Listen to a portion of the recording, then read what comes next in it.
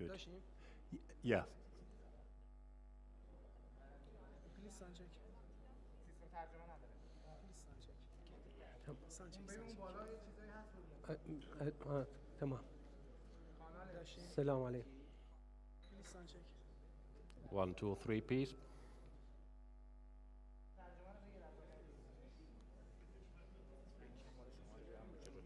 باش.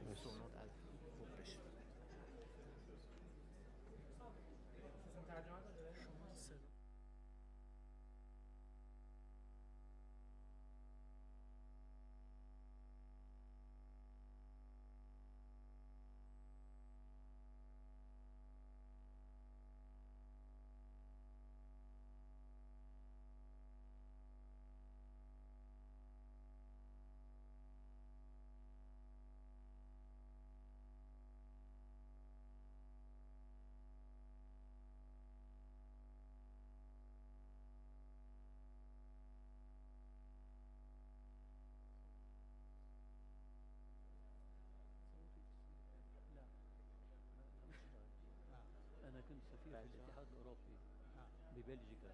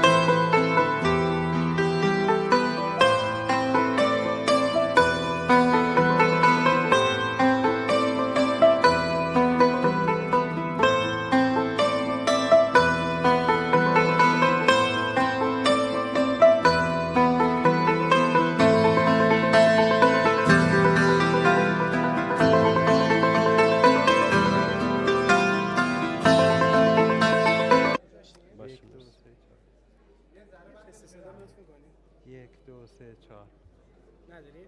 یک دو من که صدام داره میره من میشم هست. خوبه شروع کن. یک دو سه چهار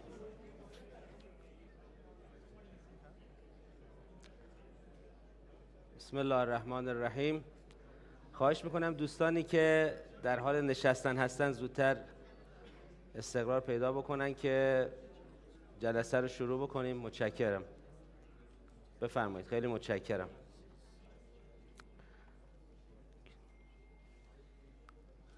Good afternoon, everybody. Since this morning, we have had a very long working day.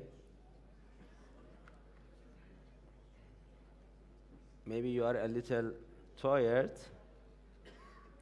but I promised us that this panel would be the most exciting one. So please be prepared, not feel tired. We have a group of prominent former officials and experts here in this panel, and I'm honored to be the moderator of this very exciting panel.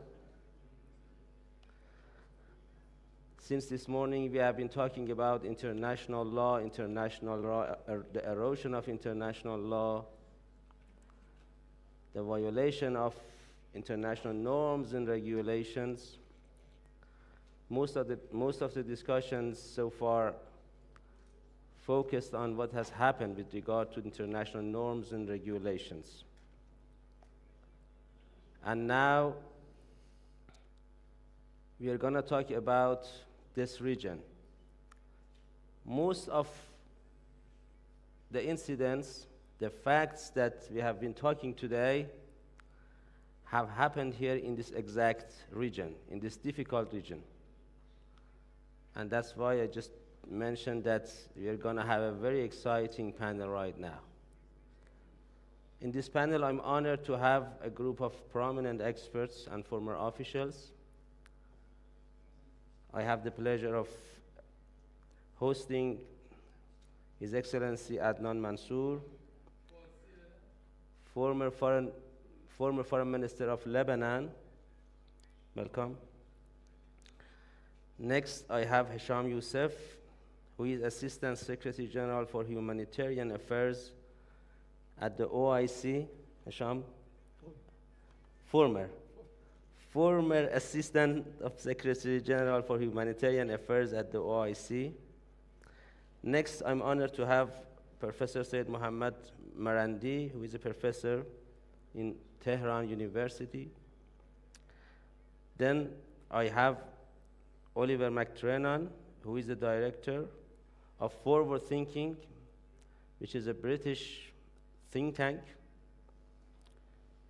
I'm honored also to have Ali Fadhala Mousa, who is a professor in Iraqia University, Iraq. Welcome. And last but not the least, I'm grateful to have Oskari Eronen, who is the chief program in CMI, the Marty Artistry Peace Foundation of Finland. Welcome you all. Well, due to the fact that we are approaching to the end of the program and the conclusion remarks by His Excellency Dr. Kamal Kharrazi, who is former Foreign Minister of Iran and advisor to the Supreme Leader of the Islamic Republic of Iran, I would try to be quite brief, and I will ask also the panelists to brief as brief as possible. Well, let me start with His Excellency Adnan Mansour. Your Excellency, the shape of developments in the region has been quite fast. Many unprecedented developments happened. And Lebanon was at the very heart of many of these incidents and developments.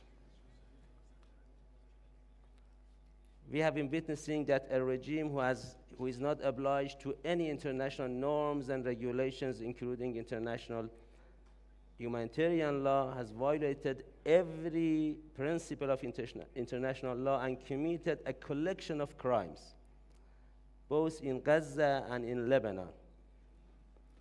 And there has been a ceasefire, agreed ceasefire, that the regime of Israel has violated for several times.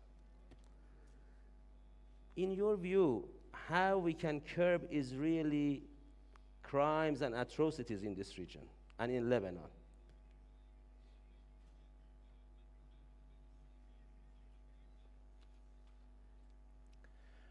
في الحقيقة ما جرى، سأترك المجال للترجمة.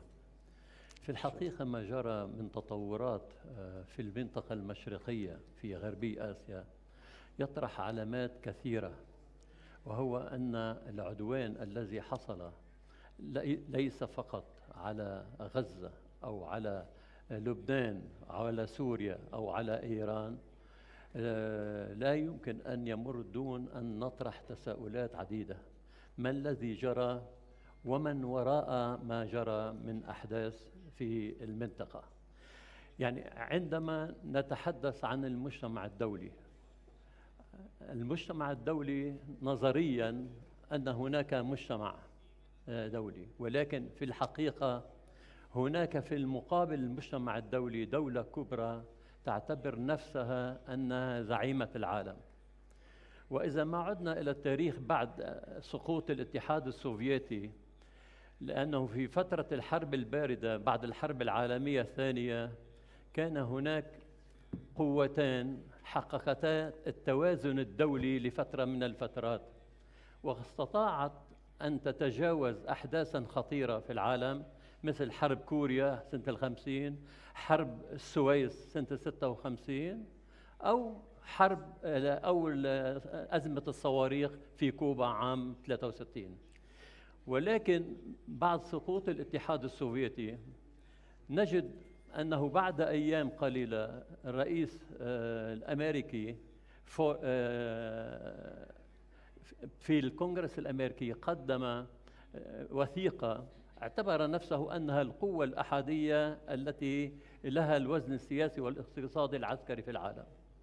وأيضا ذهب الرئيس نيكسون بكتابه قال أن زعامة الولايات المتحدة على العالم لا بديل عنها في القرون القادمة، وهي ما تملك من القوة الاقتصادية والسياسية والعسكرية يجعلها أن لا تنحدر إلا بالخيار وليس بالضرورة. وهذا يعني إذا ما أرادت الولايات المتحدة أن تتخلى عن زعامتها فهذا شأنها، أما ليس هناك من قوة في العالم تستطيع أن تزيح عن اللغة. هذا السلوك طرح نفسه على الساحة العالمية، وبالفعل وجدنا كيف أن التطورات في العالم كان وراءها دولة عظمى اختزلت المجتمع الدولي واختزلت مجلس الأمم المتحدة، على اعتبار أن القرارات الدولية التي كانت تؤخذ بالجمعية العامة وتعبر عن المجتمع الدولي ككل تجد طريقها إلى مجلس الأمن أمام فيتو تعطل كل شيء. هذا ما جرى، يعني المجتمع الدولي دعم القضية الفلسطينية، الدولة الفلسطينية، ولكن مجلس الأمن لم يتقبل ذلك على أساس أن هناك فيتو أمريكي بالانتظار. وأيضا منذ فترة قليلة عندما اتخذ الجمعية العامة برفع العقوبات عن كوبا أيضا لن يمر هذا القرار لأن هناك فيتو أمريكي. إذن دولة واحدة في العالم تتحكم تتخذ قراراتها دون أن يردعها هذا أو أحد يقف في وجهها. هذا ينسحب على منطقتنا المشرقية. وجدنا أن إسرائيل قامت بعدوان واسع النطاق في غزة وفي لبنان. قد يقول إنسان أن هناك عمل عسكري في غزة ضد إسرائيل، واعتبروا أن هذا عدوان ضد إسرائيل. في الحقيقة يجب أن لا يكون هناك التباس عندما تكون دولة احتلال وشعب يقوم ضد دولة الاحتلال. لا يمكن القول أن هناك اعتداء من قبل فئة على دولة الاحتلال، لأن ظاهرة الاحتلال ضد القانون الدولي، وخاصة عندما تمارس على الأرض العقوبات والتطهير العرقي ومصادرة الأراضي ومنع السكان من العودة مثل ما يحصل الآن في لبنان. هذا لا يعتبر أن والله هذا الشعب يقوم بعدوان ضد دولة ما. هذا الذي يجري اليوم نجده يلقى غطاء كاملا من قبل دولة عظمى. كل المجازر التي حصلت في غزة والمجتمع الدولي يعتبر أنها إبادة جماعية، حتى الآن الولايات المتحدة ترى أن ليس هناك من أدلة تثبت أن هناك جرائم ضد الإنسانية، مع العلم أن محكمة الجنايات الدولية اعترفت أن هناك جرائم حرب. ومع ذلك نجد أن الولايات المتحدة تتخذ إجراءات ضد قضاة في المحكمة الدولية وتعتبرهم أنهم ضد السامية. هذا الأمر غير مقبول اليوم، لأننا علينا أن نواجه هذا التحدي للمجتمع الدولي ككل، لأنه إذا ما تركنا الولايات المتحدة أو أي دولة عظمى تتفرد بقرارها ضد الدول الأخرى نحن نعيش في شريعة غاب. ما حصل في سوريا لم تطلق رصاصة على إسرائيل، ومع ذلك عند سقوط النظام قامت إسرائيل بقصف كل المنشآت العسكرية السورية وتجاوزت الخط وقف إطلاق النار لعام 74، ومع ذلك ليس هناك من إدانة ولا أحد اعترض. وكل ما حصل في لبنان من تجاوزات لوقف إطلاق النار الذي وقع العام الماضي، حتى الآن لم يطلق لبنان رصاصة على إسرائيل، بينما يوميا المسيرات وعمليات القتل الجماعية في لبنان ومنع السكان من العودة إلى بيوتهم ومنازلهم. إذن أمام هذا الواقع اليوم في العالم ما الذي يجب فعله؟ إذا كان المجتمع الدولي ككل لا يستطيع أن يتخذ قراراً فاعلاً مؤثراً ليفرض الأمن والسلام في العالم. الرئيس الأمريكي يقول أن استخدام القوة لتحقيق السلام، هذا ضد المنطق وضد التاريخ. لا يمكن فرض السلام من خلال القوة. القوة قد تستطيع أن تفرض أمر الواقع لفترة ما، ولكن لا تستطيع أن تحقق السلام الدائم.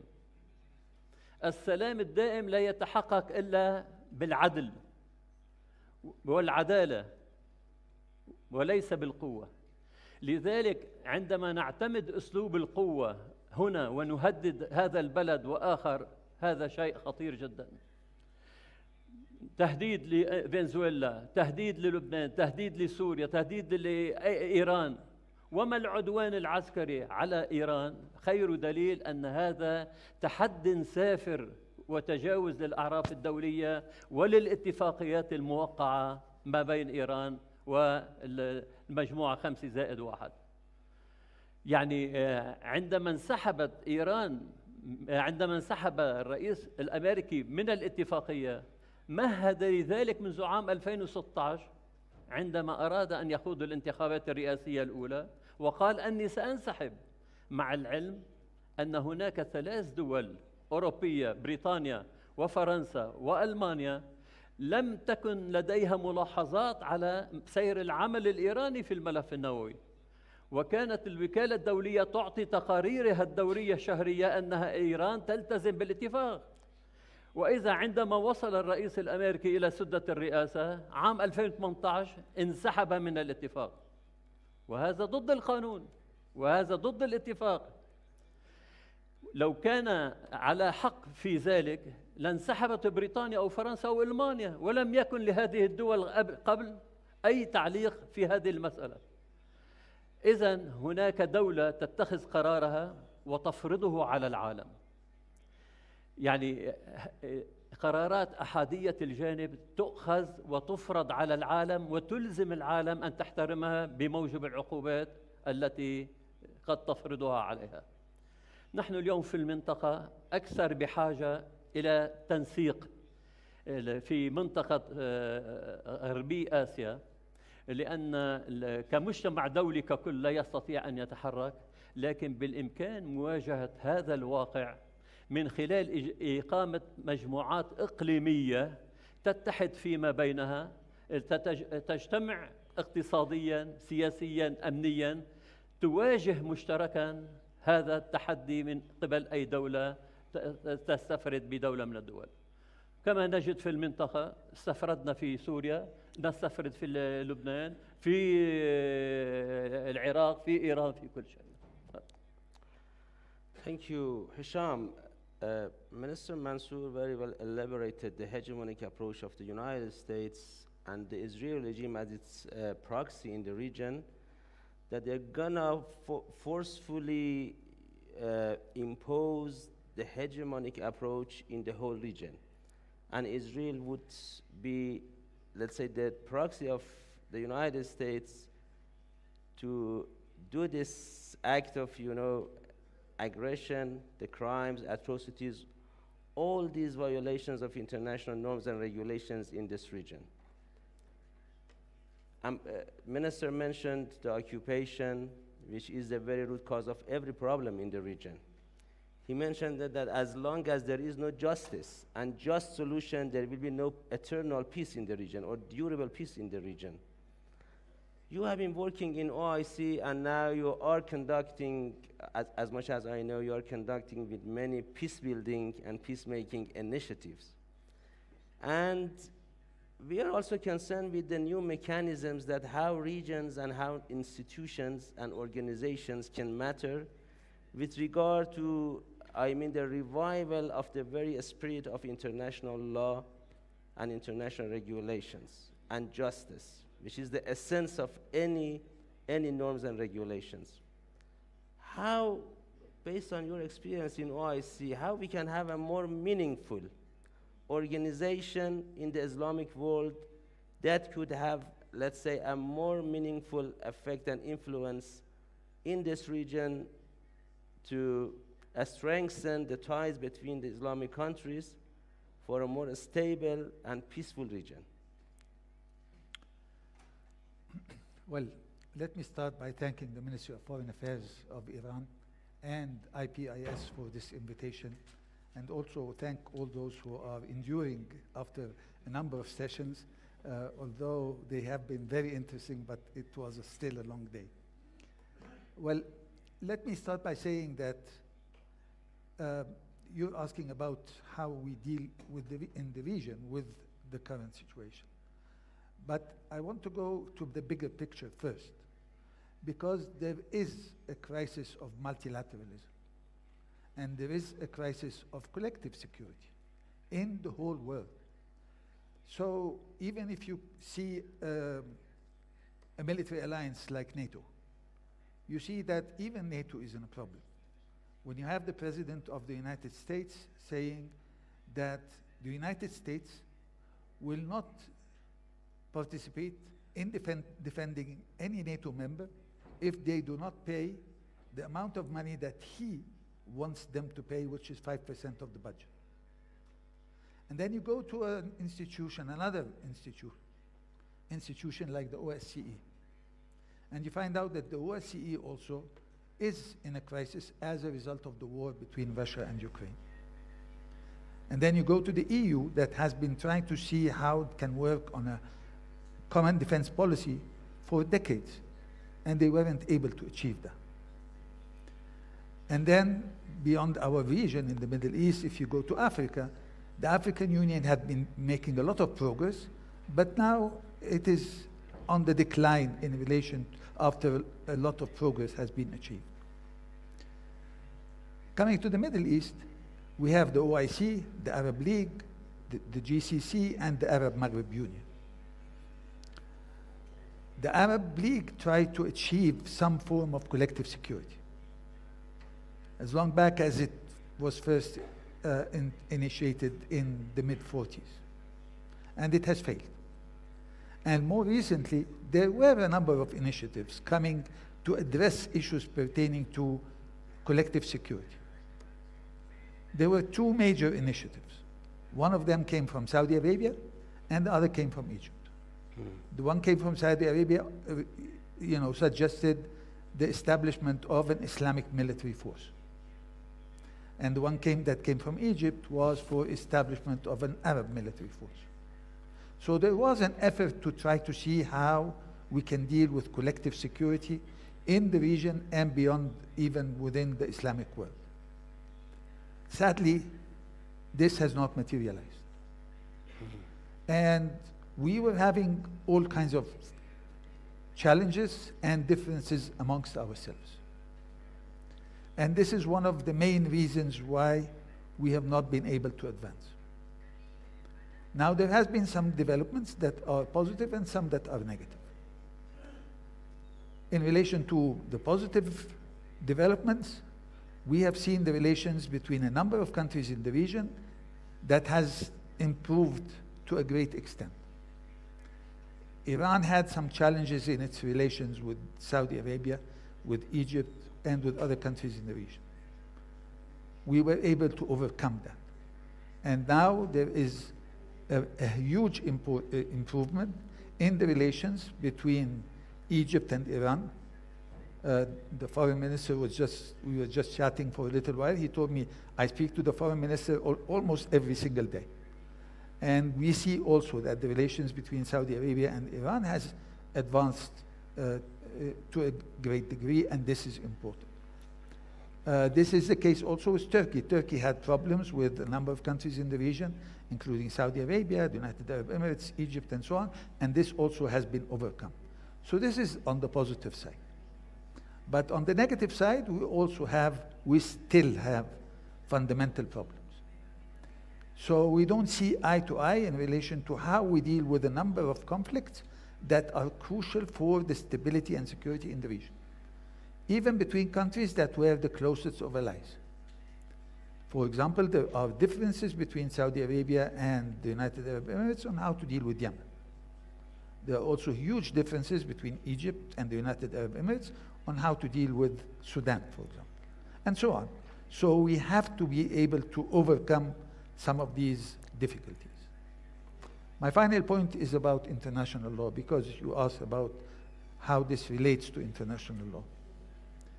I think one of the biggest challenges, in addition to what was mentioned throughout the days in different interventions, is that strong countries around the world feel that they can advance their interest through power and influence much more than they can do that through international law. Through arm twistings, through sanctions, through all kinds of means.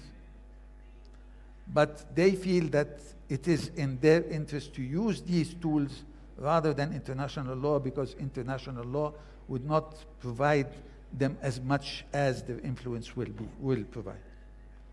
And I think one of the challenges that we, as small countries, middle countries, emerging countries, and those who are interested in abiding by international law, we have to form a coalition of those who are willing to fight in order to ensure that international law is respected.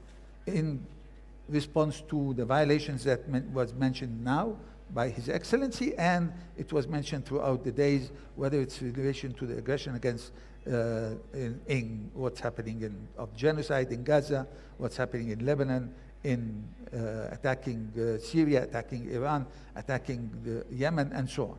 So we have to see how we can advance the international law in a manner that would put pressure on those who are trying to use their power and influence to achieve their interests rather than international law. Thank you. Professor Marandi, thank you for being with us. What change in the global scale that we have been witnessing Israelis, or to make Israelis enjoying the total impunity in face of any crimes they have committed in the last 2 years in the region?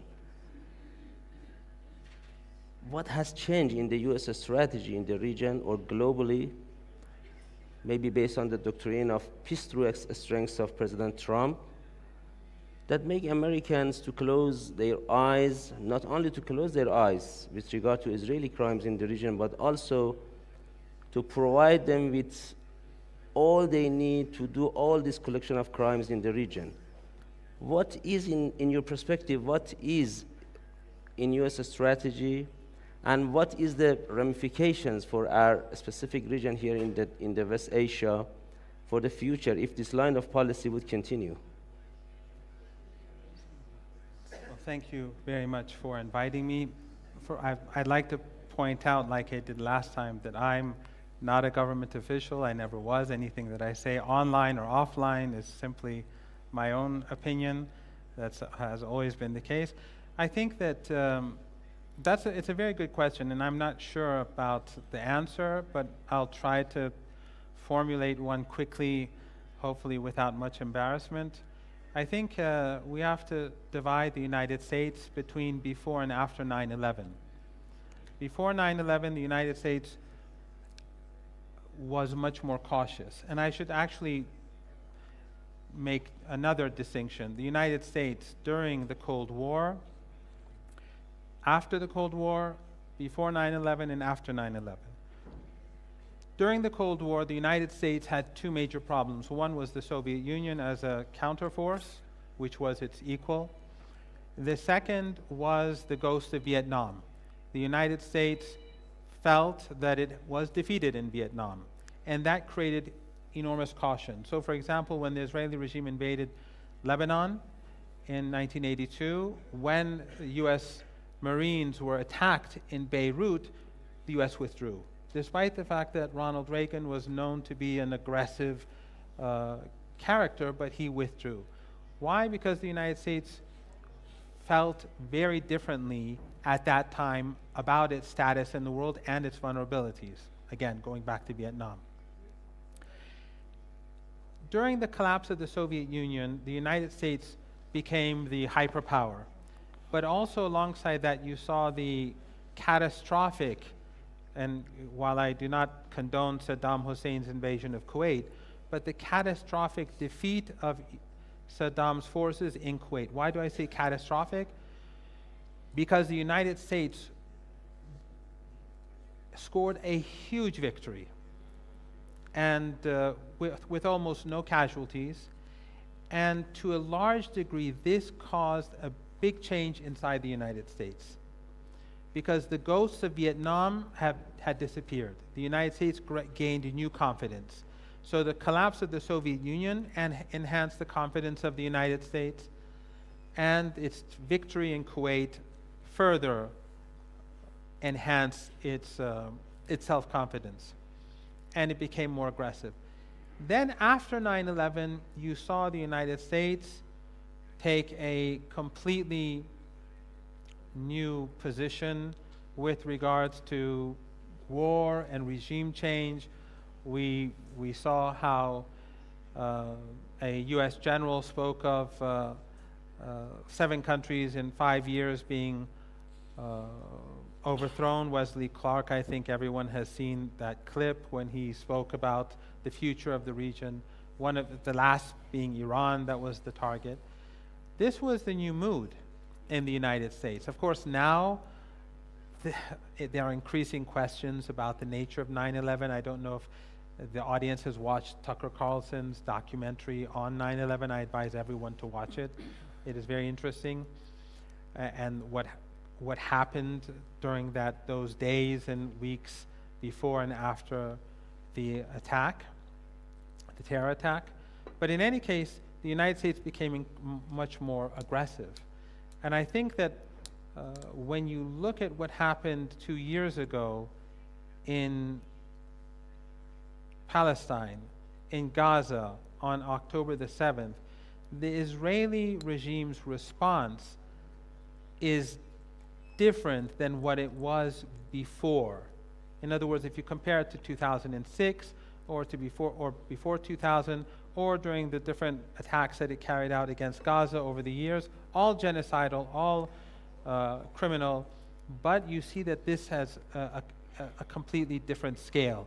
Of course, the attack on October the 7th was a major attack and a major defeat for the Israeli regime, but the response was still very different from anything we saw before.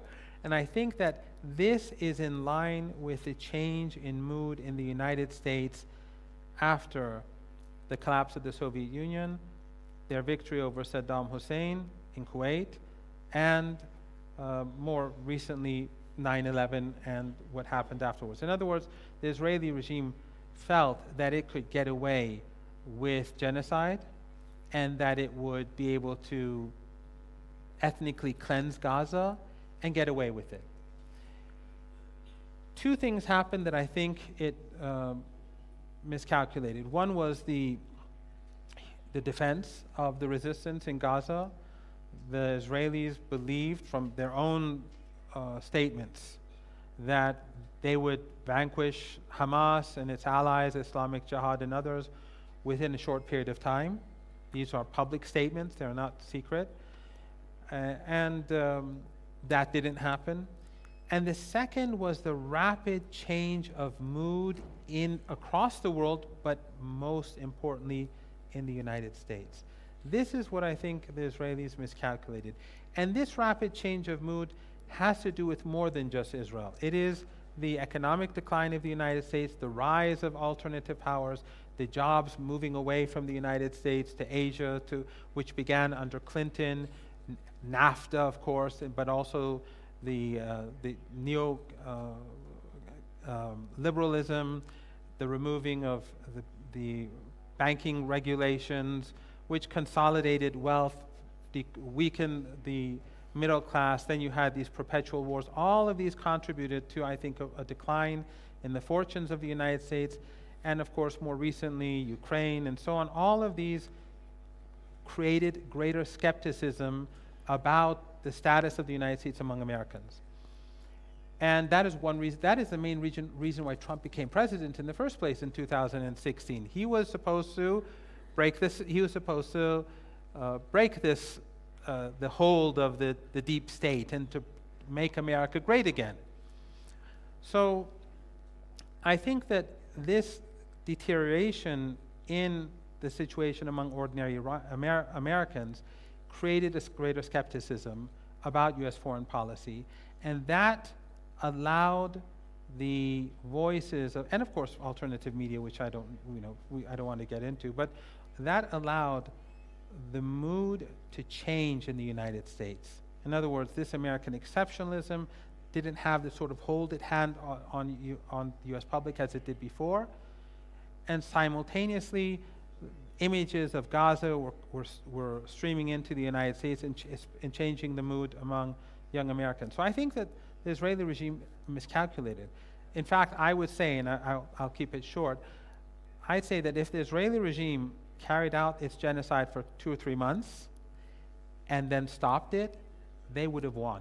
They could, because the lies, the accusations, the false accusations that they made about rape and children being beheaded and cooking babies and so on, many believed it initially. The Western media was behind it. But as time went by, people across the world became more interested in what was going on in Palestine. They learned more about the history, sort of like the Vietnam War in the United States.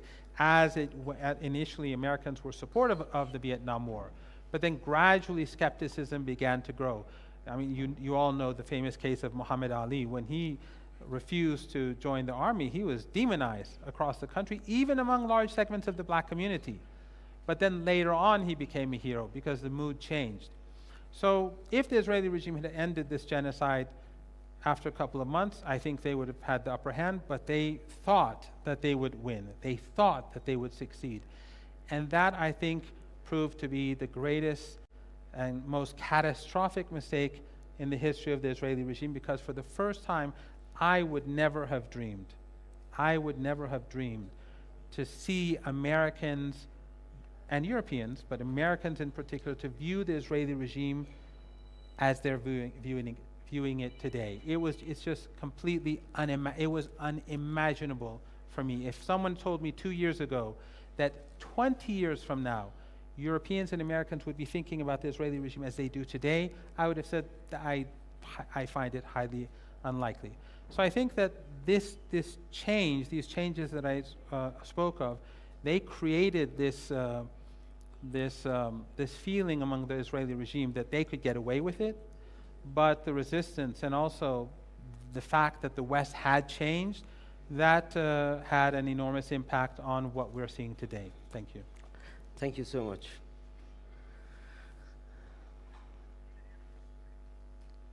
Let me express my warm welcome to His Excellency Dr. Seyed Kamal Kharrazi, the former Foreign Minister of the Islamic Republic of Iran, the advisor to the Supreme Leader, and the President of Iran's Council for Foreign Relations. Your Excellency, most welcome. Well, Oliver, I've always been a fan of your great ideas and initiatives on the situation in Palestine. The regime of Israel, especially this ultra-radical administration in Tel Aviv, they have done whatever they could do to uproot any preconditions for the establishment of the Palestinian state, a possible Palestinian state.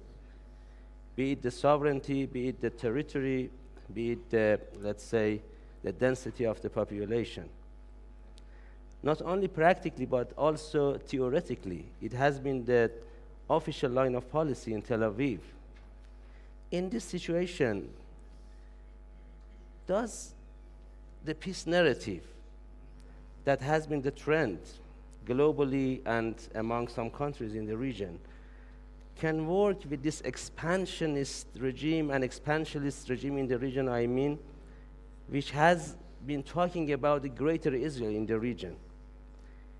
And Professor Marandi mentioned the American exceptionalism now has turned into Israeli exceptionalism, globally and regionally.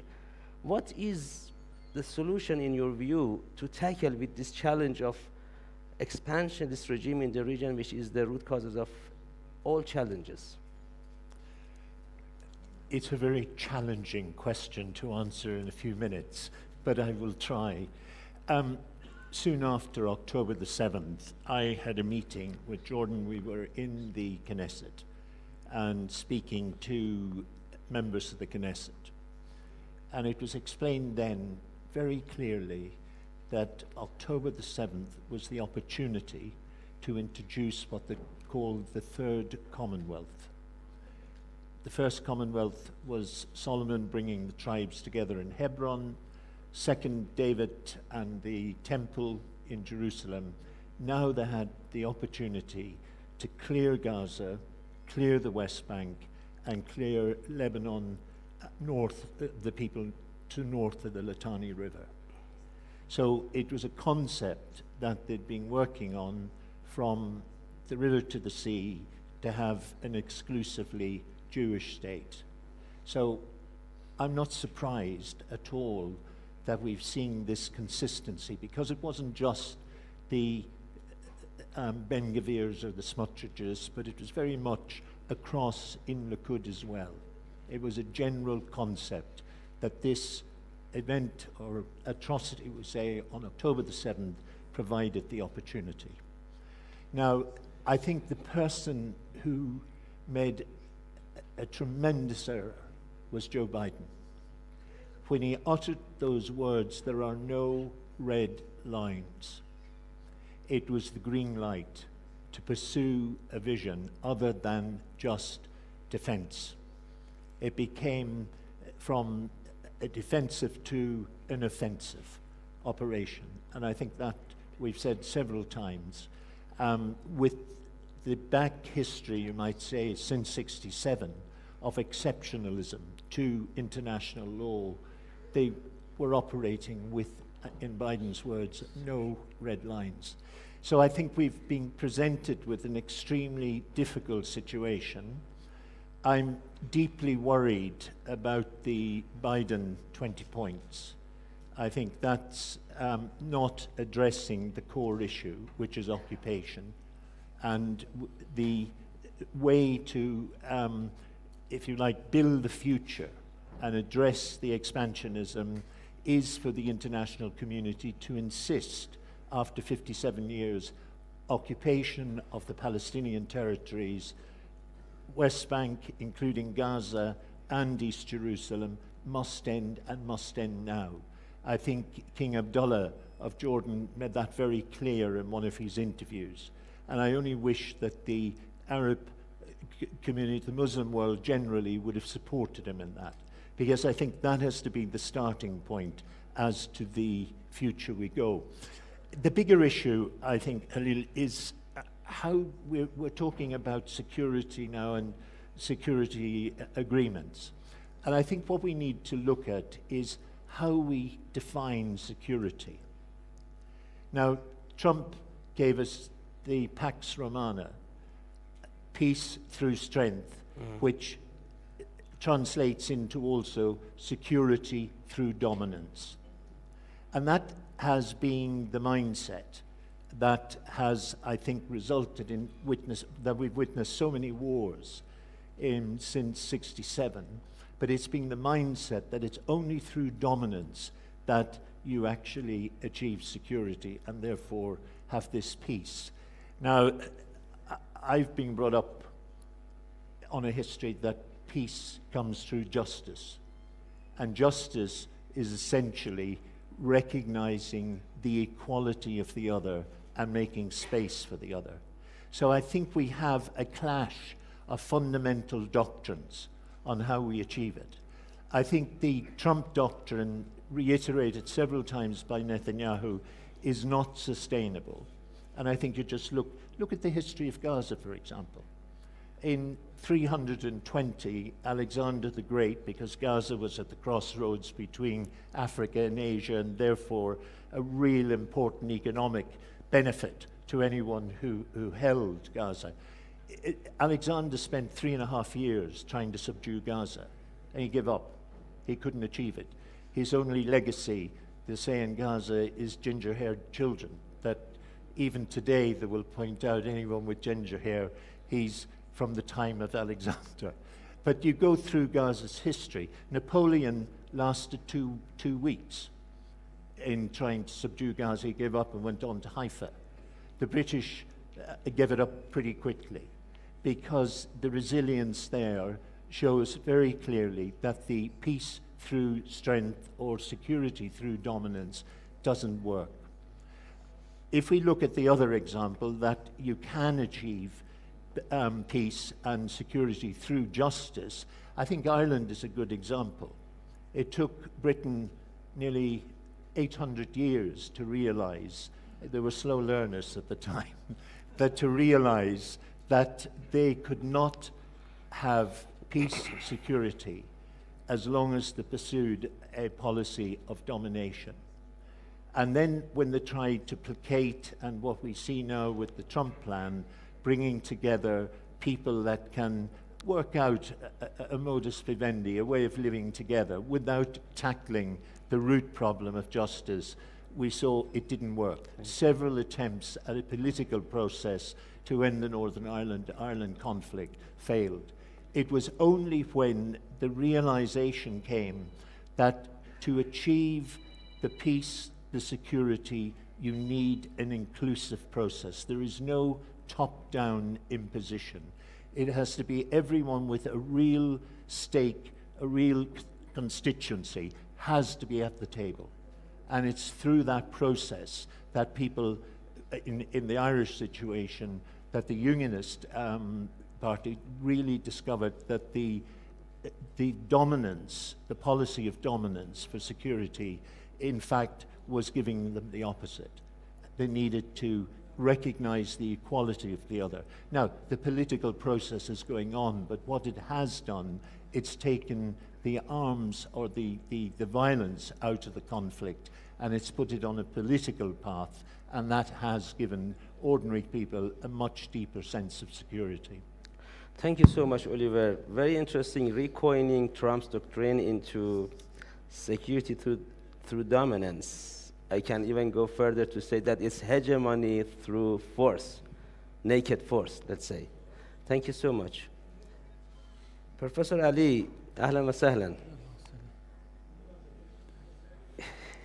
In a couple of months, there has been many debates over the situation in Iraq. And we have been really concerned with the security situation there and the possible scenarios that could be undertaken there in the country. Fortunately, you had a very peaceful election very recently. In your view, how Iraq perceives itself in the new region and how the new Iraq perceives the security structure of the region?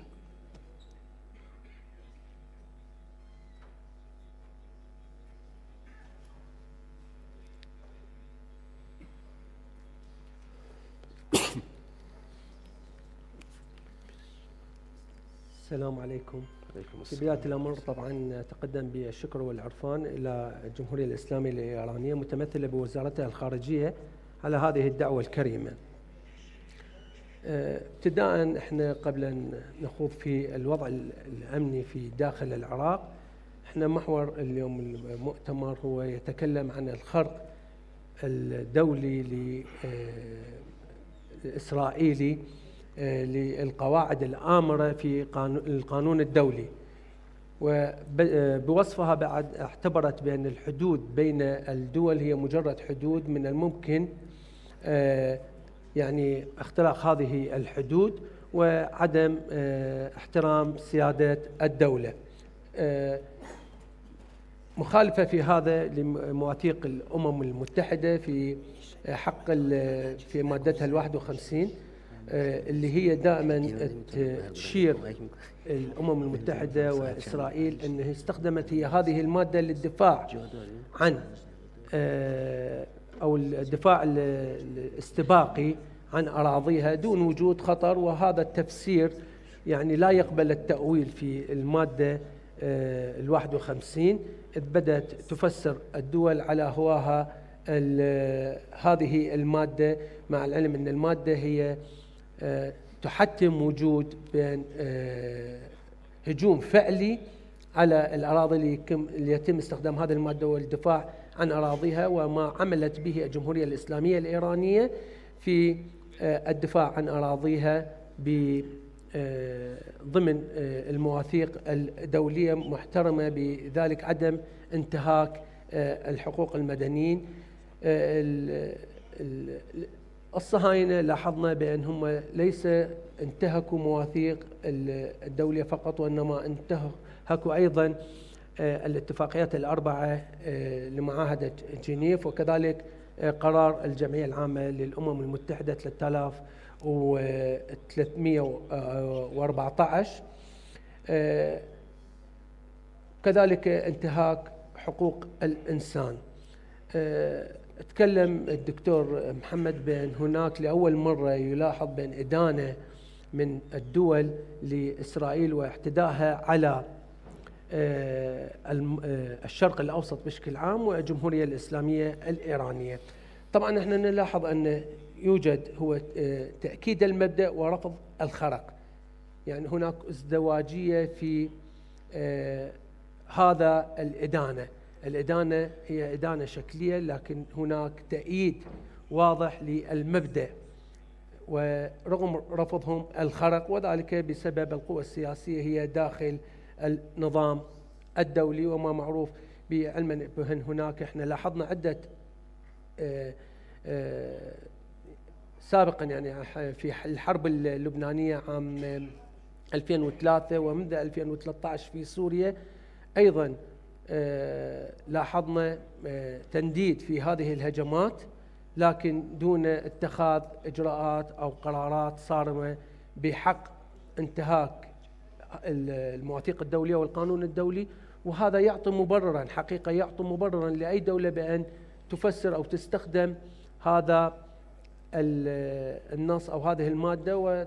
وتطرقوا الأخوان سابقا في محاورهم بأن من الممكن فإن يتم استخدامها، ولو استخدمت دولة أخرى هذا النقض أو هذا الميثاق في الدفاع الاستباقي من قبل دولة أخرى، هل نجد الصمت من قبل الأمم المتحدة أم يكون الوضع كما هو عليه الآن؟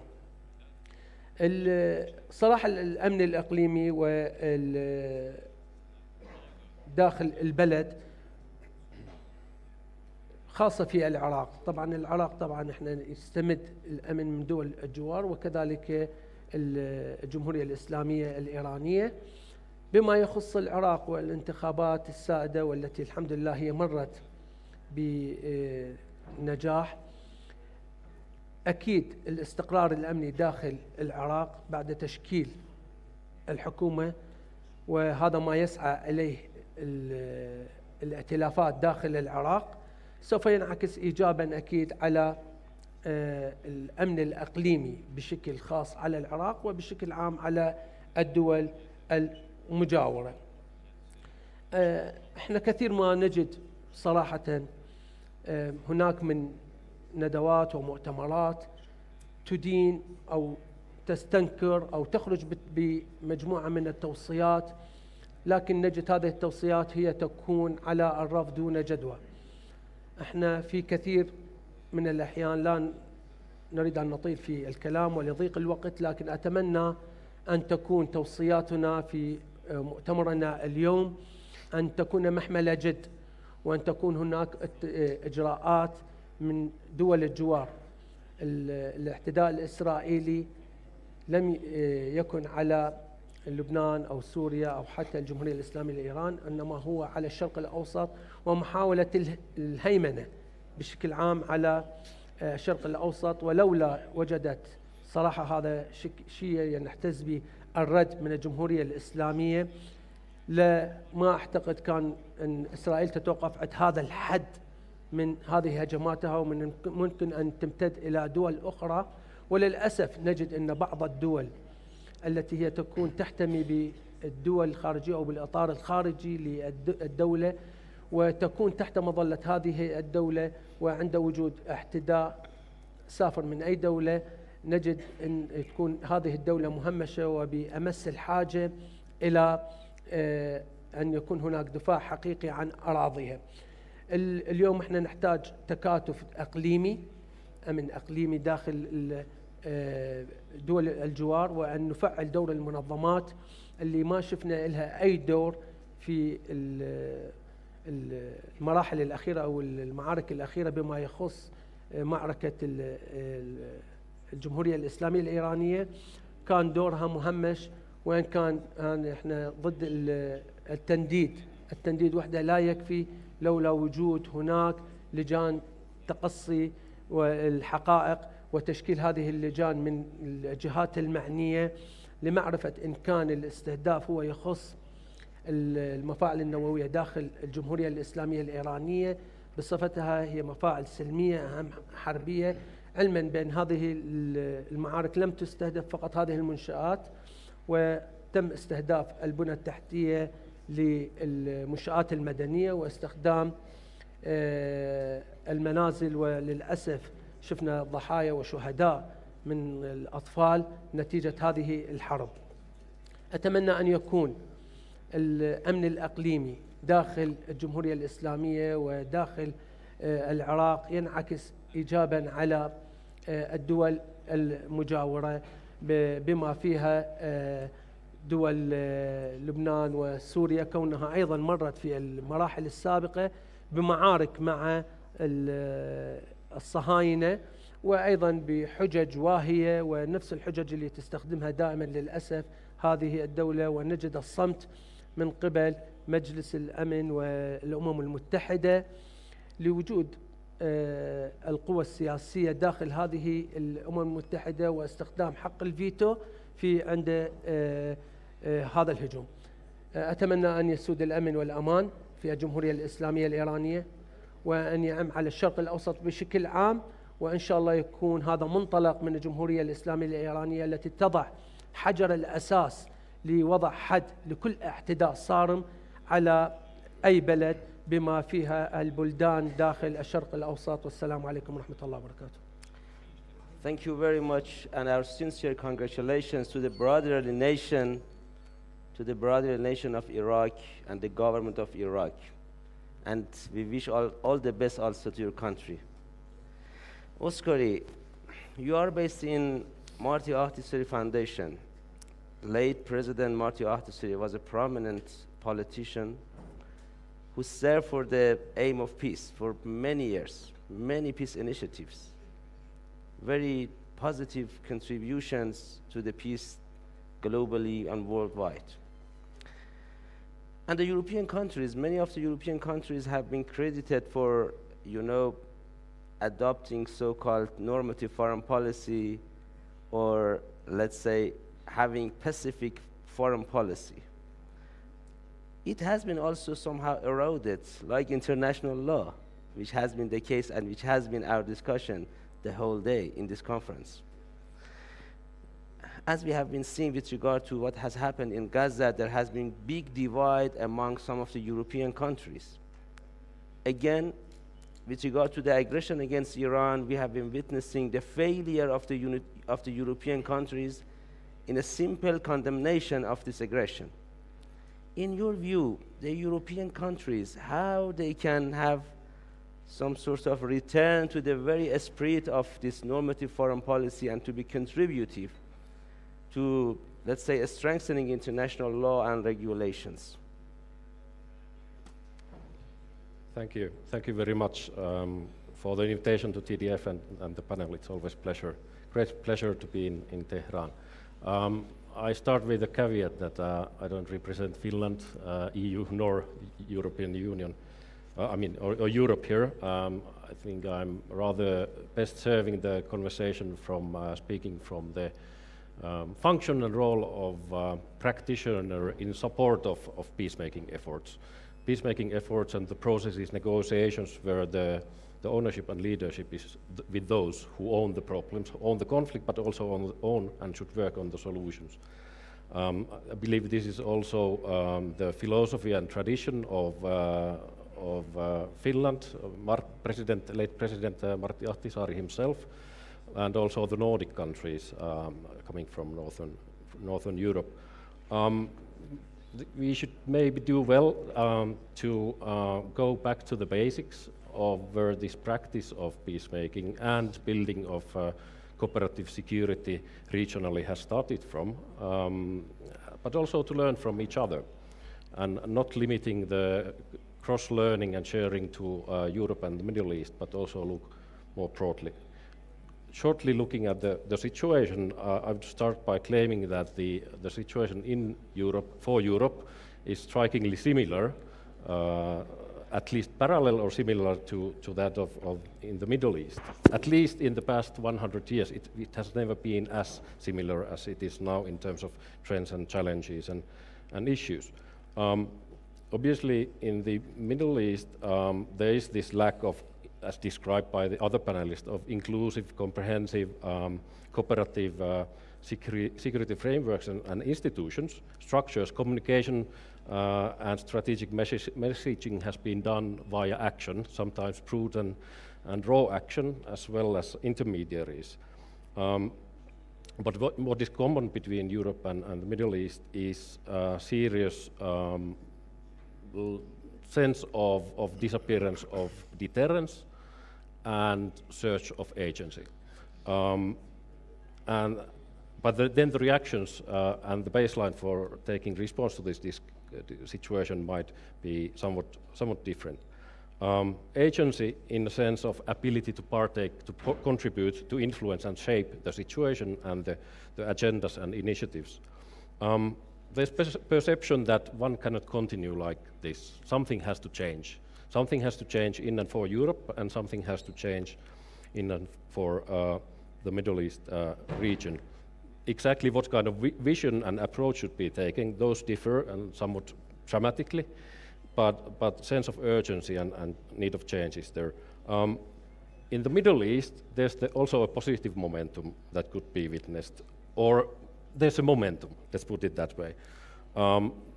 Some common ground has been found, unfortunately through the worst possible events, a sequence of events and injustices, one could say. But this has pushed some of the threat perceptions and security thinking also in a partially convergent path. There's more shared, there's more in common. The question is what to do with that. That sort of initial possibility of at least partial consensus. The reactions in general are building of more of one's own capability. Secondly, emphasizing or re-emphasizing external actors' roles, or inviting or cooperating with new or additional external actors.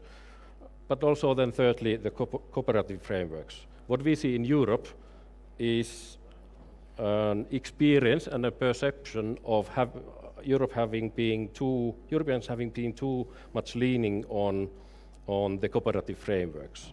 That Europe underinvested in its own capabilities, and by the result of events and developments is now overly dependent on a single external actor.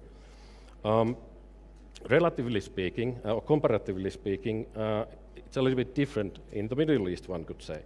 The least developed area, but also the area where there's most to gain for Middle East is the cooperative framework. Mm-hmm. And I'm emphasizing the term cooperative here instead of collective. The collective seems to be suggesting coordination in response to one or another actor. That takes us to the language and responses and thinking around hegemony, which is not going to resolve the issues. The equation may be organized a little bit differently. but the end result may be repeating previous patterns.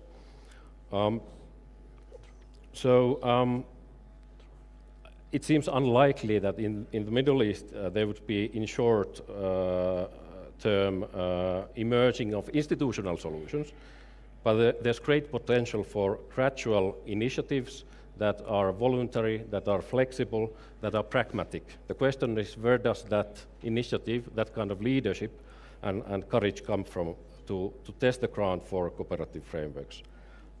There seem to be, in general, two main drivers. One is security, and it's noticeable how, for example, the GCC convened just a couple of days after the Israeli attack to Doha to discuss re-adoption and intensification of security cooperation, intelligence sharing, early warning arrangements, etc., against the backdrop of common defense cooperation agreement back in, I believe, 2000, which has, however, not been much implemented. There are also other areas of security cooperation that could come to consideration: security of trade lines, energy, trafficking in humans and drugs, maybe some other materials, confidence building measures, cyber, etc. But then the second driver is economic. There is increasingly a question of how to combine the security drivers and the economic drivers to build on a common agenda of cooperative frameworks. Which leads me to the last segment of my comment. We should not only look through the hard security or the economic sphere of cooperation, and this may be the European and the Nordic experience of the importance to look at the societal level. So people-to-people interaction, hugely important as well. There's no model that can be copy-pasted or exercised immediately from any other region. All regions need to tailor their own way, their own approach to enforcing and advancing international law, peace and security and stability. But from Europe, maybe the experience worth studying and perhaps source of inspiration is the three-pillar model of CSC or OSC, where security, economy, and the people-to-people connectivity are important. The other two potential sources of learning and inspiration build around two principles. One is centrality.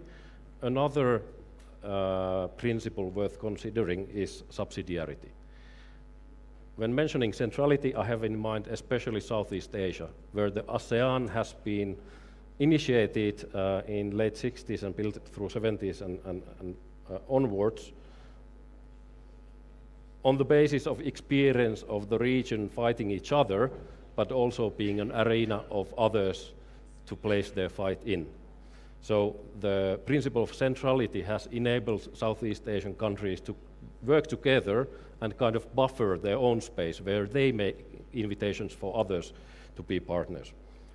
Finally, the principle of subsidiarity, and here I'm thinking about Africa, which colleague from Egypt mentioned. Great progress in creating and upholding African peace and security architecture where subsidiarity is important. Problems should be solved as close to the root as possible, if not within the country, then by the neighborhood and the sub-region. If needed, then the whole continent, and then eventually the UN. But it's not only that. I think subsidiarity is also a way, a mechanism which allows for acknowledging the presence of national interest by the regional actors, but also helps them then to coordinate or to manage the different national interests together to find peaceful solutions. And from that range of issues, what about the panel of the wise? Should some of the Persian Gulf countries, a small group of countries, initiate panel of the wise to make an assessment and joint recommendations? Thank you, Oskari. Since we are running out of the time, I got a simple question and common question for all esteemed panelists. Based on the fact that out of all discussions and the situation in the region, there has been also a new window of opportunity and hope in the region, which is the new awareness among the regional states about the need and requirements for some sort of new thinking about collective security mechanisms and what Minister Arakchi this morning mentioned, which is the sustainable trust among the countries in the region. What is your advice to realize this important objective of, let's say, to go for establishing or realizing this collective security, shared security, and new mechanisms for empathy among the regional states? What are your advices? I would like everybody 2 minutes to only touch upon your ideas and your advices with you. And Oskari also mentioned some of them, but I'm also keen to have your ideas as well. Minister, please. يعني ما أود أن أقوله وهو أن الأمن والسلام بالذات لا يتحقق إلا بالنوايا السليمة. لا يمكن فرض الأمر الواقع من أي جهة كانت، خاصة في المنطقة المشرقية عندنا. عندما يتكلم نتنياهو عندما يقول في الشرق الأوسط الأمن يتقدم على السلام، هذا لا يتحقق مطلقا. تحقيق الأمن يعني تحقيق القوة، وبالقوة لا يمكن توفير السلام. السلام دائما يقوم على الحق والعدل وليس على الاحتلال وعلى مصادرة الأراضي وطرد الشعب من أرضه. Thank you so much. Hesham, please. Well, I think this is a crucial question. And I think it is important for us to see what can be done in light of the current circumstances. And in light of the challenges that I mentioned in my earlier statement, I think we have to be modest in our ambitions. And we have to realize that we have to move step by step. And this is what happened in the advancement of relations between Iran and Saudi Arabia, between Egypt and Iran, between Turkey and the countries in the region, and so on. So it has to be a step-by-step approach. And there are sensitivities, and countries are reluctant to enter into a huge project of collective security. So we have to start by continuing on this path of advancing relations and having confidence-building measures that will continue on this path. If track 1 is difficult to achieve, then track 1.5 or track 2 can be useful in formulating ideas for governments to consider, coming from people who know what the governments can do and what they can't do.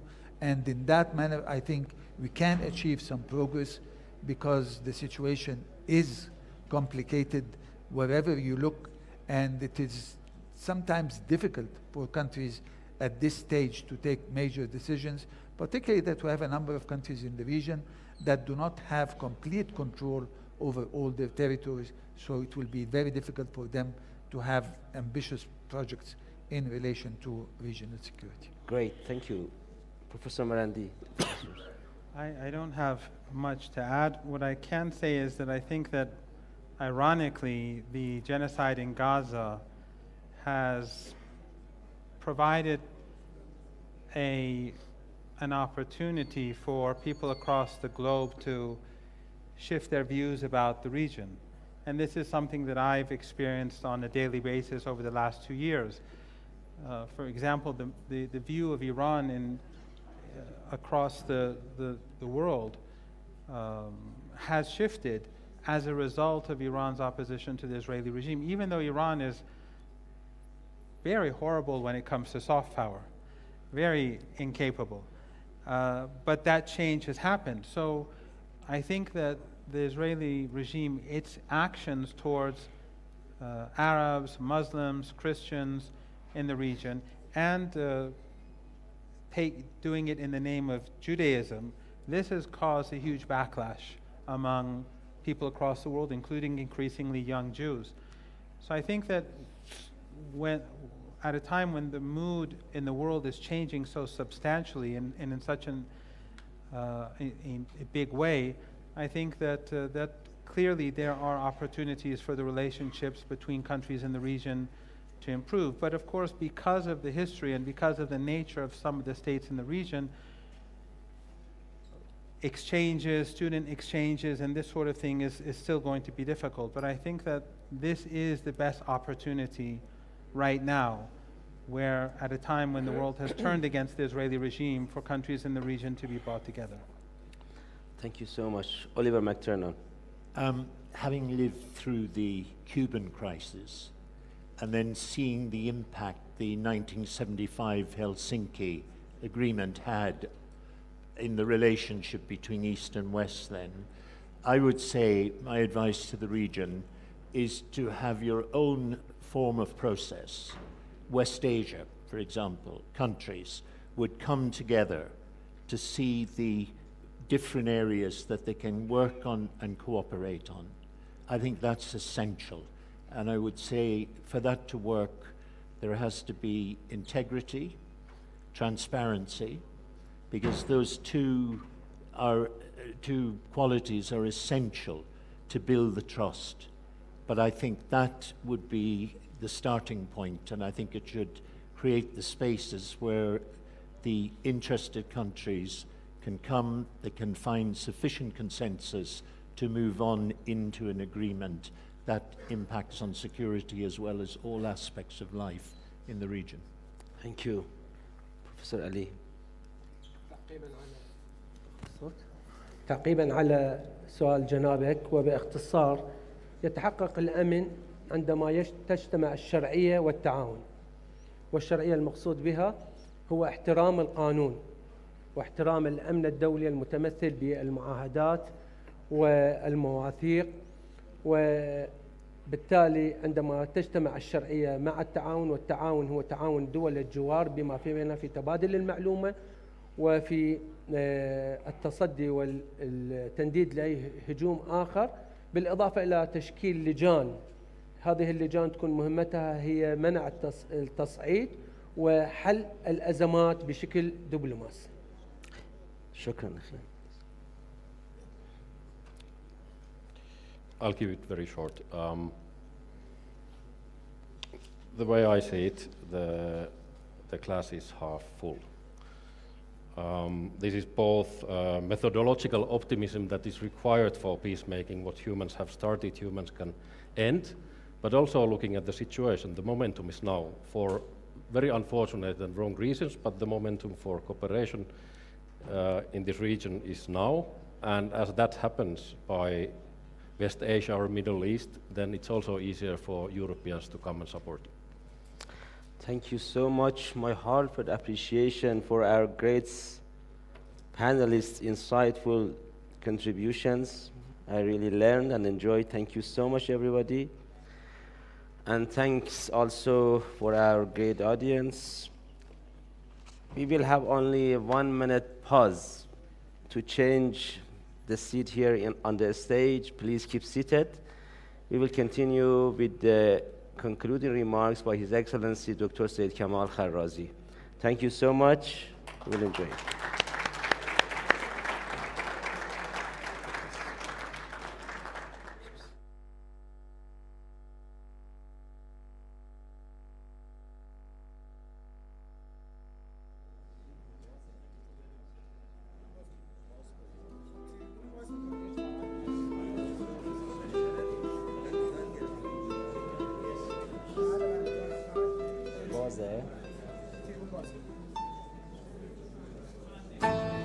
Thank you.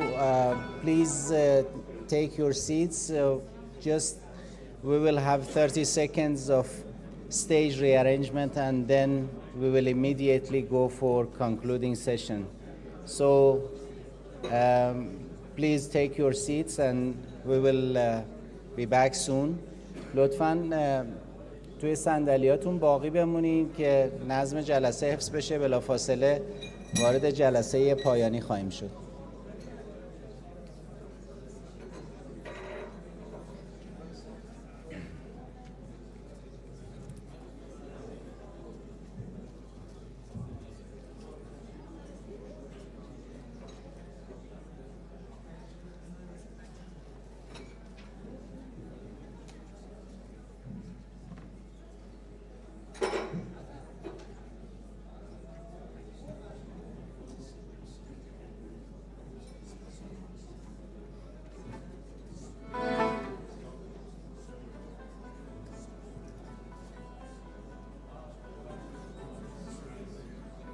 یک کلیپ پخش می‌کنیم بعد.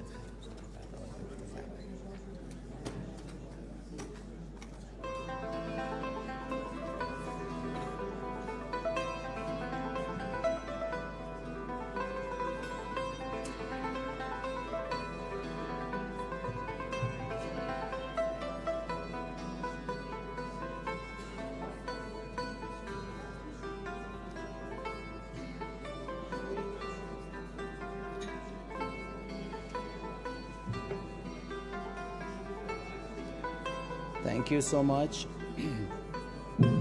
Bismillah ar-Rahman ar-Rahim. Good evening to all.